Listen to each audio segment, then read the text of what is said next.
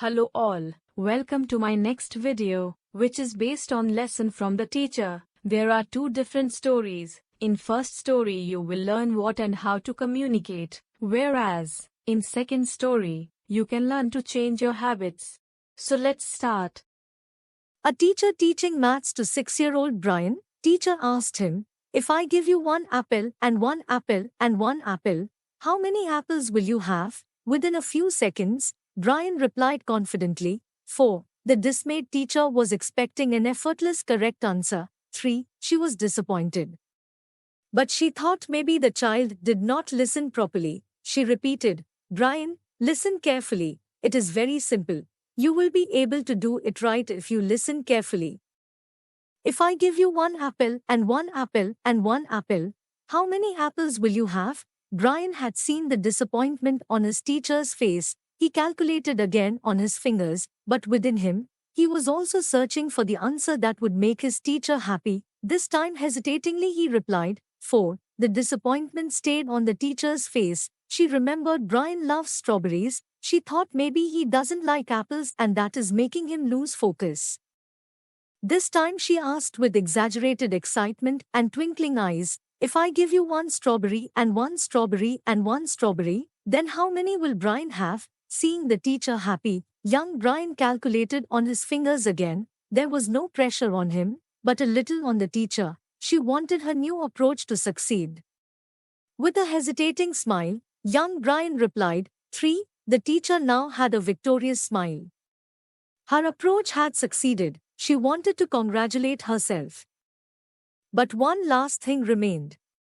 Once again teacher asked him, now if I give you one apple and one more apple, how many will you have? Promptly Brian answered, 4. The teacher was aghast. How, Brian, how? She demanded in a little stern and irritated voice, in a voice that was low and hesitating. Young Brian replied, because I already have one apple in my bag. Lessons to learn: when someone gives you an answer that is different from what you are expecting, it is not necessarily they are wrong. There may be an angle that we may not have understood at all. We need to learn to appreciate and understand different perspectives. Quite often, we try and impose our perspectives on others and then wonder what went wrong. The next time someone gives you a different perspective than yours, sit down and gently ask, can you please help me understand? I believe you will truly get a different perspective. Alright friends, so, now, let's hear the second story. Once upon a time, there were two neighbors living next to each other. One of them was a retired teacher and another was an insurance agent who had a lot of interest in technology. Both of them had planted different plants in their garden.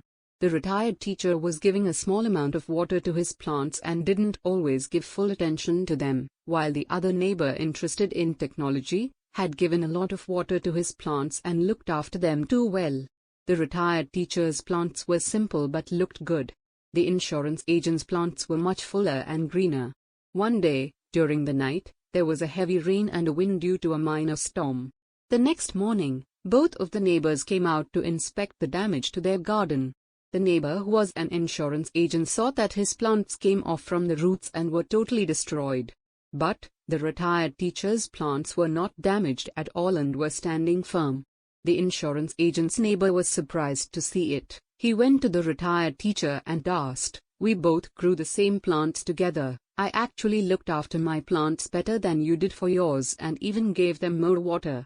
Still, my plants came off from the roots, while yours didn't. How is that possible?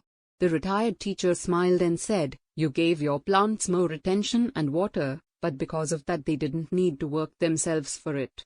You made it easy for them. While I gave them just an adequate amount of water and let their roots search for more. And, because of that, their roots went deeper and that made their position stronger. That is why my plants survived. Moral: this story is about parenting where children are like plants. If everything is given to them, they will not understand the hard work it takes to earn those things. They will not learn to work themselves and respect it. Sometimes it's best to guide them instead of giving them. Teach them how to walk, but let them follow their path. So friends, this is the end of the video. I hope you have liked the story. For more such stories, and lesson-based learning. Stay connected and share with all who also can change their lives. Thank you and all the best.